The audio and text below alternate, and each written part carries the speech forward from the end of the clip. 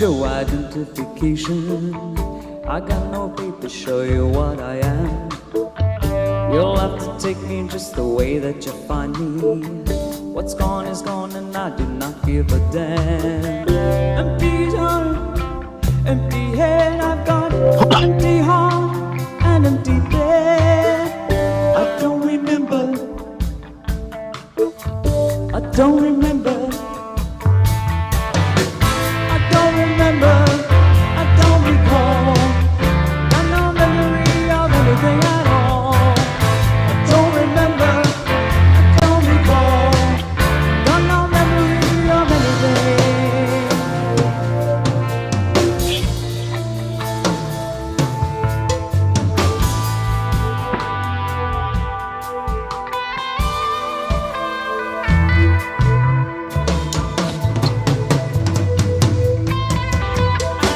Strange is your language and I've got no decoder.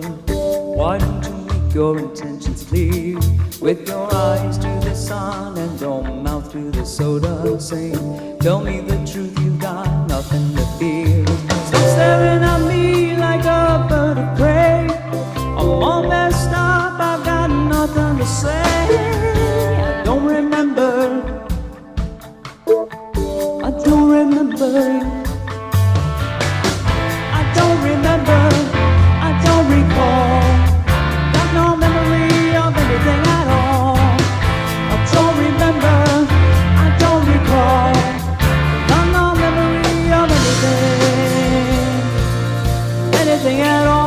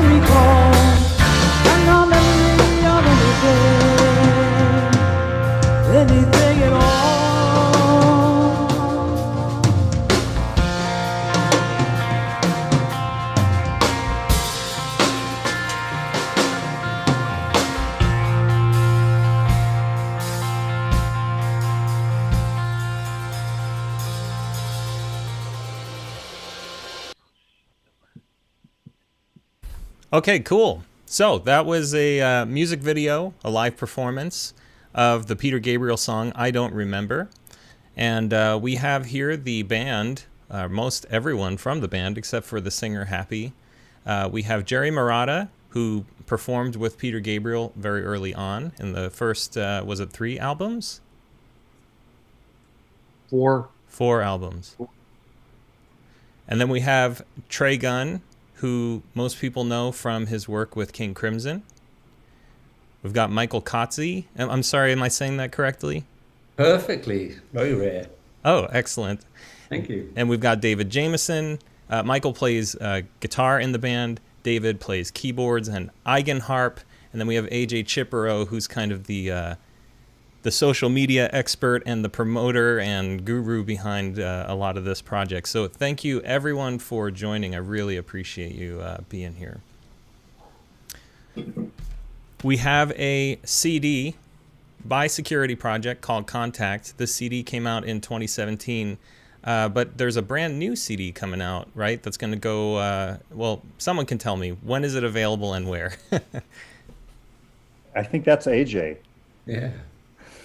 So, yeah, we have a new CD coming out that we will be selling at the shows, and David's holding it up right there.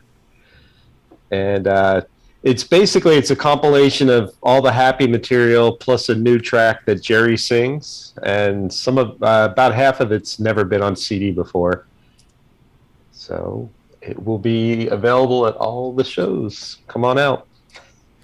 Yeah, so who can tell us about the tour and the upcoming dates? I can't because I haven't read the itinerary yet. I can't remember either. All right. Where do we start? We start at Daryl's. Daryl's. And then on to Sellersville. I think it's 12 how many days. shows? How many shows? 12 or 13. And these are primarily on the East Coast, right? Yeah. Awesome. Yes. So if you live on the East Coast, you can go to securityprojectband.com, which is the URL right here on your screen, and you'll get the tour dates over there. You can also follow Security Project on these URLs, or not URLs, just tags. This is the Twitter handle for the Security Project Band, and then the Instagram is down here. So it would be great to hear a little bit about how this band came together. Jerry, would you mind telling some of that story? How the band came together. Yep. There was a guy, I guess he lives kind of in the area. He was either working with or friends with a band called The Waiting Room, and in particular the singer Josh Gleason. And he had approached me about maybe doing Gabriel stuff with Josh, singing, and Josh has a Gabriel, like a tribute band. He's a big Gabriel fan, and he early on the concept was to get Tony Levin and Larry Fast and do this stuff. That didn't particularly pan out, mostly because none of us wanted to do it. Not Tony, Larry, none. The three of us didn't want to do it. We weren't interested. And then that sort of disappeared for a while. And then that guy connected with another guy who was a little more persuasive. I wasn't interested in doing it. I hadn't really listened to the music or the records for, I don't know, since back when we did them in the 70s and 80s. But I don't drive around listening to pretty much any of the records I work on, including those ones. But he kind of tricked me into it because he very cleverly called me and said, well, I spoke to Trey Gunn, and Trey said he'd be interested in doing it if you do it, if you're going to do it, meaning me. And so that made that, of course, I became interested because of Trey, because we had worked together on a few different projects. And, I just thought if Trey's going to be involved, it'll just be fun to play, and whatever we end up doing, it'll be great. Any chance I get to play with Trey, I jump at that opportunity. So that's how I got involved. And ironically, that forced me to listen to the music. And in listening to the music again, not that I didn't think it was really great, but it was a long time ago, and there's a lot of music, under the bridge that I've done. So I started listening to the material, and the material is, especially the Security record, which was initially, the idea was really to play music that Peter, who's now a megastar, play the music that Peter doesn't play. So I dare say that I'm guessing at a Peter Gabriel concert, when he went from playing arenas to stadiums, I don't think Family in the Fishing Net and that material was the reason he had a stadium full of people. It was more Sledgehammer, Big Time, In Your Eyes, Don't Give Up. It was more like a pop record. So it seemed very interesting because we could kind of start playing that music from the early records. And I don't know, it kind of grew from there. We went through a few different singers, a guitar player, singers, and now here we are with Happy Rhodes singing, and Michael's playing guitar. We had a different guitar player in the very beginning, and the rest of us have somehow remained in the band, and we keep doing it. I'm really glad to hear that. Speaking of singers, I actually, when I first heard Happy's vocals, I think it was on this Contact record, I thought it was a man singing, and then there was We're the gonna female. tell you said that. Well, she has such a wide vocal range. I was like, okay, here's the Kate Bush part, and then here's the male part, and I was like, oh, that's interesting how they're doing that. And then AJ said, no, that's Happy the whole time, and that to me was like a stunning revelation. She has such a wide range, a vocal range, that her voice could do a male pitch and female pitch, and she goes back and forth effortlessly. I mean, it's almost like a miraculous find. Trey, I see you nodding your head. I'd love to get your take on her vocal approach. Well, I mean, we love Happy. Jerry and I have known her for forever, and she's married to Bob Muller, who was the percussionist in one of my bands years back, and I've always loved Happy, and it seemed like such a crazy idea to see if she would to have her here, that I just thought we gotta try it out. And I didn't think she would say yes. I don't think I don't know if she'd even played a show in 20 years or something like that, but she said yes, and she shows up and she knows the stuff, and she does such a cool thing with the material. It's great.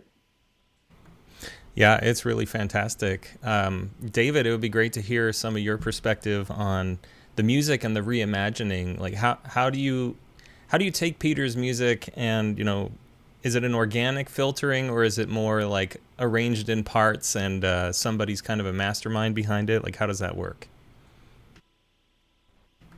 You're on mute, by the way.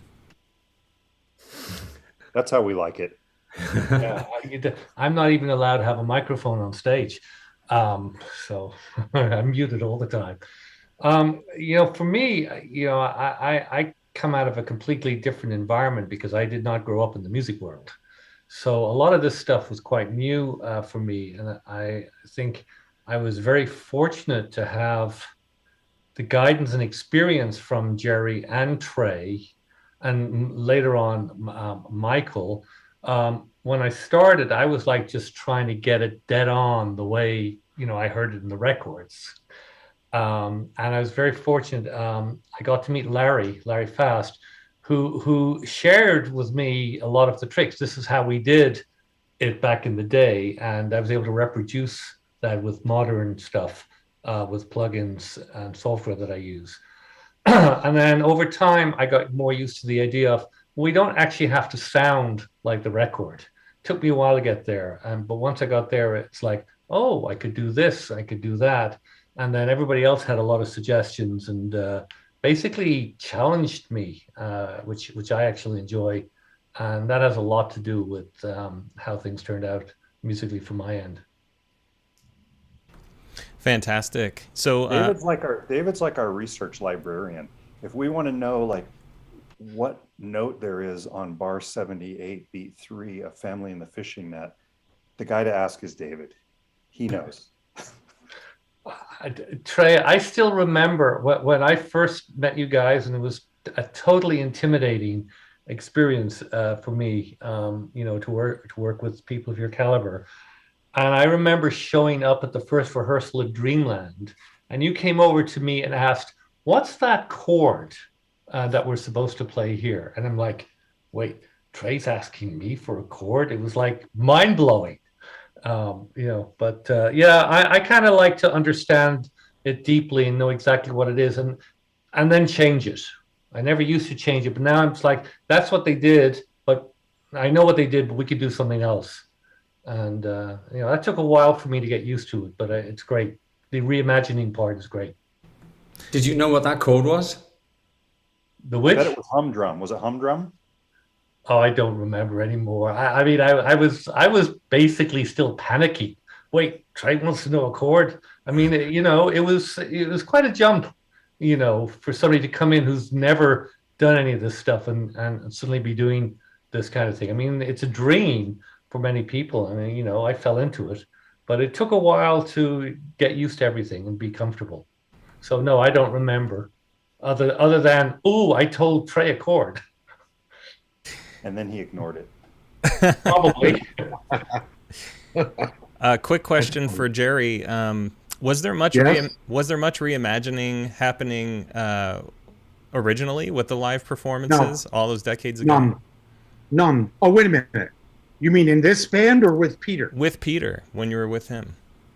With Peter, no. No. You mean like reimagining like a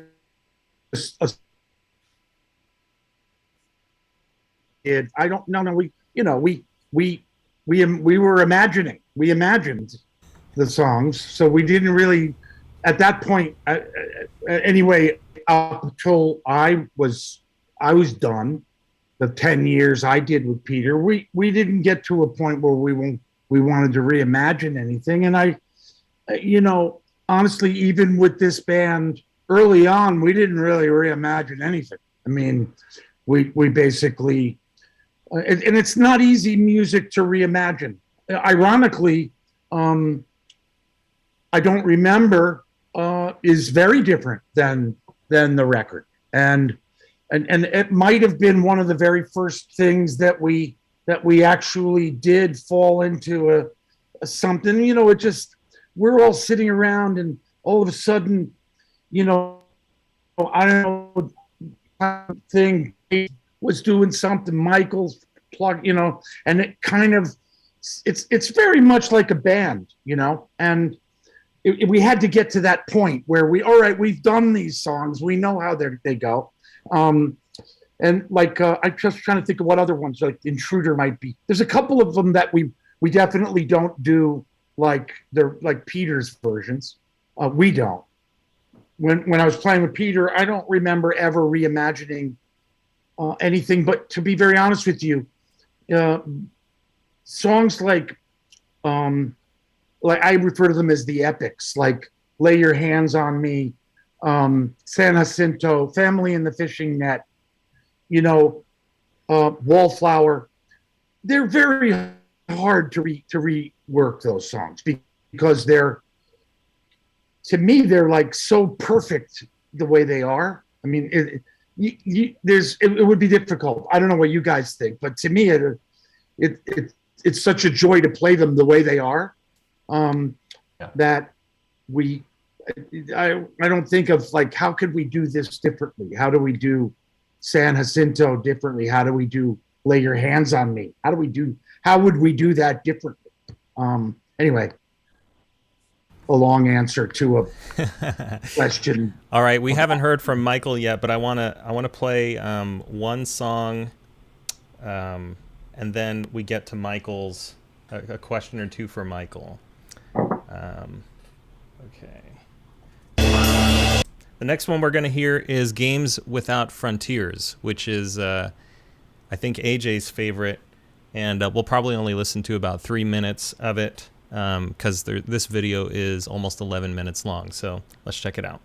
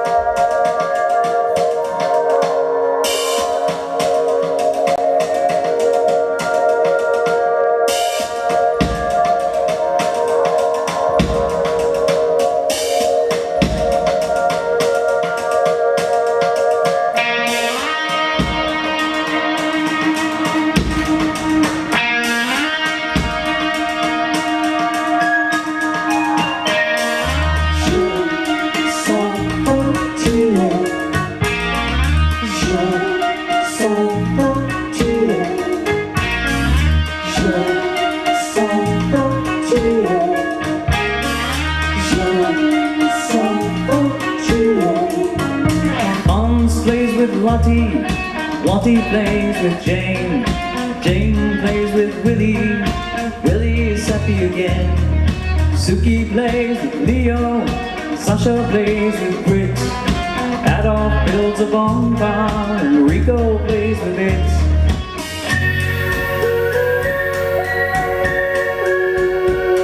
Whistling tunes behind the place on the seaside.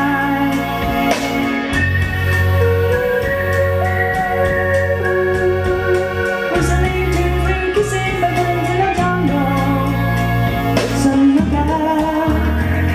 It looks good, kill me probably will in games without fun cheese or without peace. It looks good, kill they probably will in games without fun cheese, war without tease. Games without fun cheese, war without tease. Je sais frontier, je sais frontier, je sais frontier. I hate to even stop it because it's so good, but I don't want to eat up all of our time. I love that arrangement, but I forgot about Trey's long intro. I saw you going like this. Yeah, well, Trey and Michael are both doing. That's like my favorite stuff. I mean, the song is fine, but I enjoy doing any time we get to do stuff like that. I think, although I don't think we should do it. If we do games, we should just do we don't want to do that again. We should just play the song. It's the best part of the show.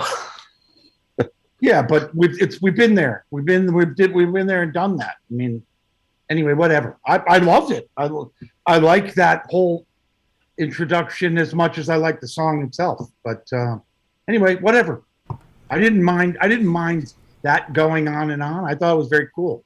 Oh, me too. I love it. I love that stuff. That was probably our first mashup, I think. Yeah. Because it went into Of These Hope. Isn't it? Doesn't that lead into games? Leads into that other piece. Yeah, Of These Hope from Passion. So Right. Kind of connected that little mashup there. Yeah. It's cool.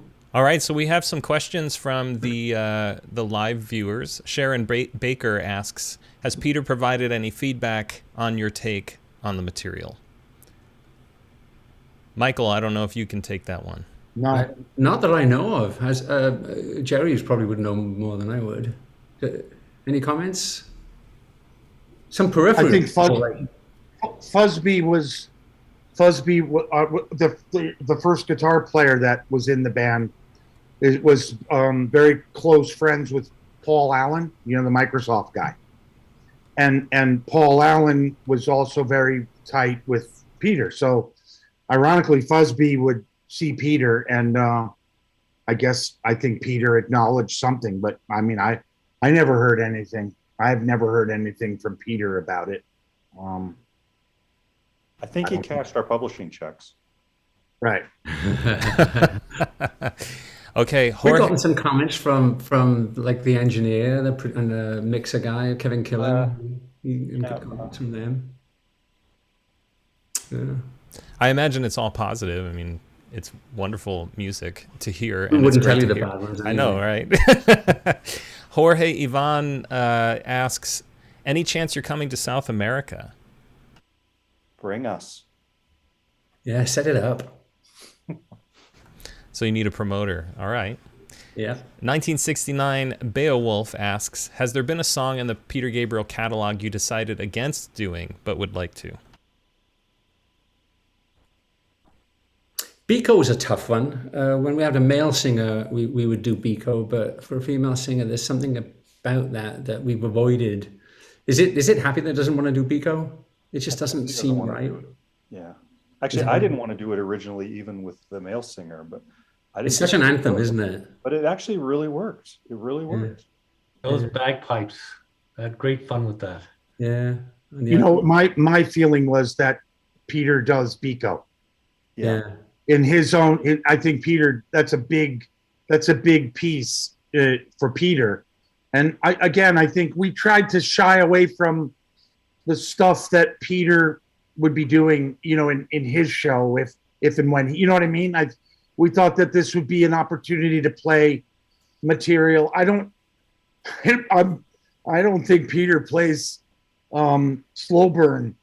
I don't think Peter's played slow burn in the last 20 years, and stuff like that. I think that was part of why we didn't do Biko, because it's kind of such a signature piece for Peter, I guess, right? I kind of have a feeling with Yeah, my reservation was I didn't want people to be at our show and feel like, oh, I wish Peter was here. And Biko seemed like that kind of a thing, But actually, it sounded really great when we did it with Brian. But with Happy, yeah, she does the other stuff. She could do it. It's not big. It's not it was never really high on our list of priorities. And the same with, I think, Salisbury Hill. Have we ever done Salisbury Hill? We tried it a few times at Soundcheck. It's another one. It's not. It's not, for whatever reason. It's not really. I don't know about everybody else, but it's not really there was never a feeling like we got to do Salisbury Hill. We got to do Biko. I mean, we did. We were just. We were thinking about, I don't know, other stuff, The weird stuff. Yeah, the weird stuff. Intruder fishing net and stuff that you wouldn't. The stuff that, at least how I looked at it, it was almost too hard technically for Peter to do at the time. Now we can do a lot of that stuff with the technology and with our smiling faces.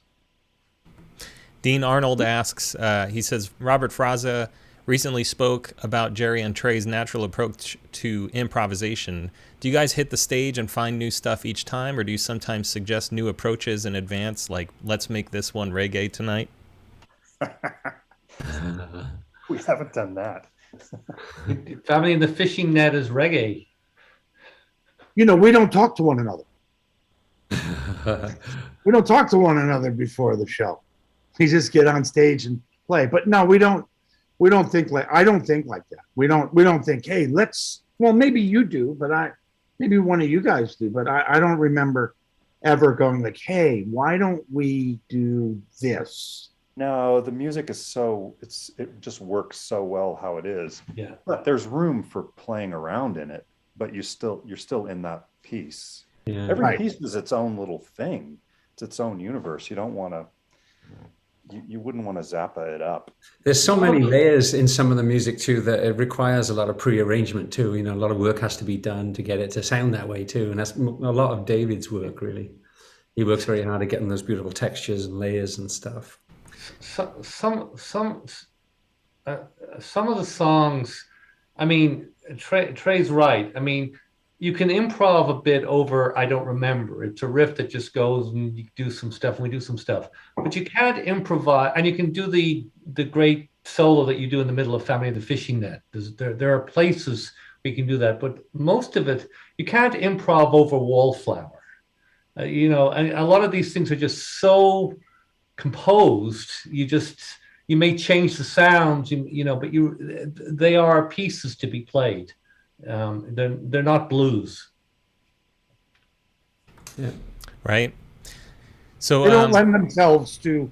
Some of them don't lend themselves to, like Wallflower is a classic song. I think Wallflower is up there in a compositionally, lyrically, melodically. I think it's as good a song as I've ever heard. And I'm honestly, I'm surprised that somebody, I've said this before, and I don't really care at this point in my life what people might think of me, but I think Celine Dion, if she sang Wallflower, it would be like, it's a song that has that kind of thing that I think it would. I'm surprised that somebody hasn't discovered it and done it this in this day and age of like just a one-off, you know. But it is would be very hard to depart from that song. It's like, you know, it's a classic. To me, it's a classic song. Speaking of classics, have you heard Bette Midler's version of Here gonna Comes the say. Flood?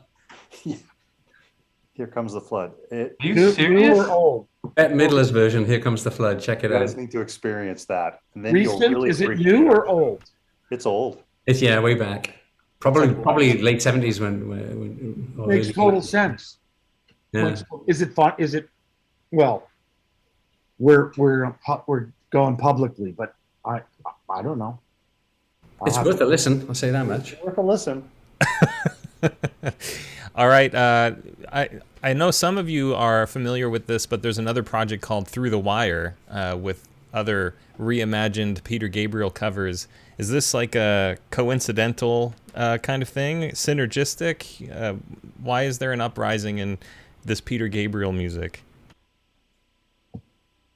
Good question. Is that Jeremy Ness. He's a friend of ours. He's a friend. He's close to Tony. I don't know. Trey, are you friends with Jeremy? Yeah, I know Jeremy. I mean, he's a Gabriel fan. I don't know. You know, this has been in the works for, I don't know, 3, 4, maybe more years.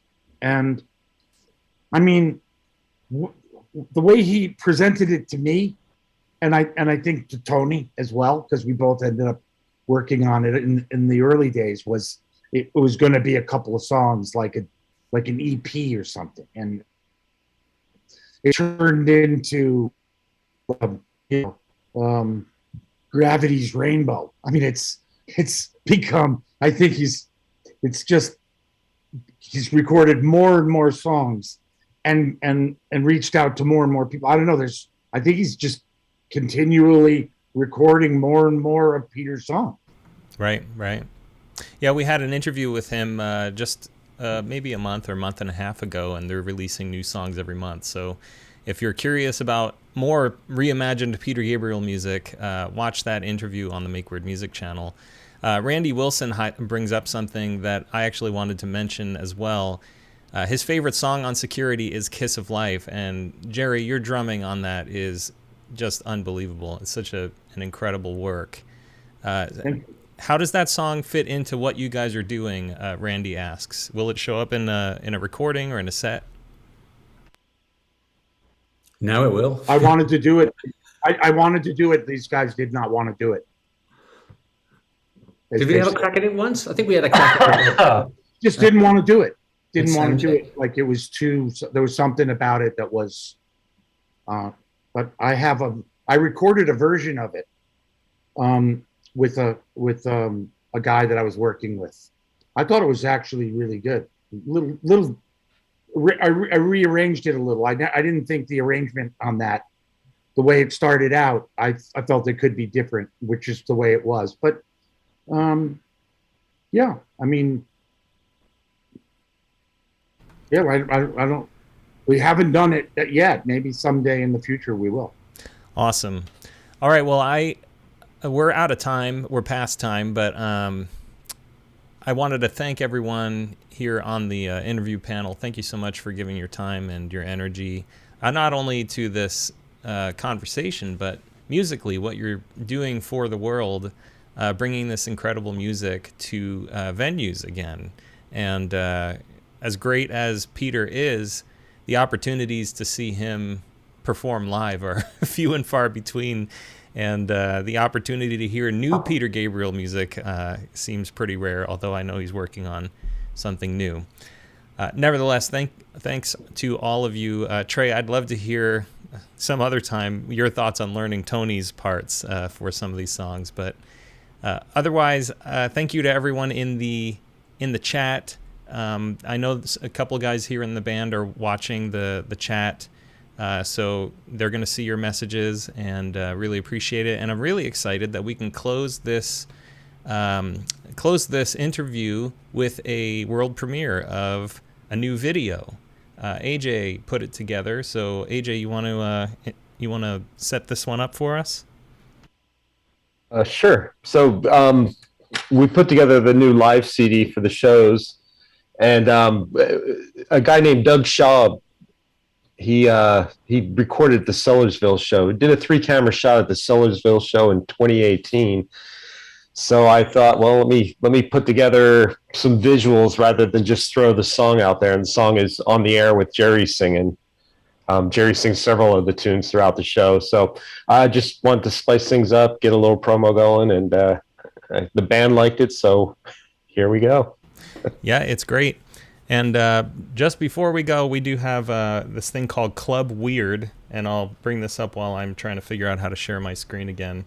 But with Club Weird, you can click that little join button below the video player. And it's a $3 a month thing where you can support Make Weird Music and help us just do what we do in a sustainable way. So small contribution. There are some other benefits. You can find out about them when you click the join button. Thanks everyone for checking out this interview.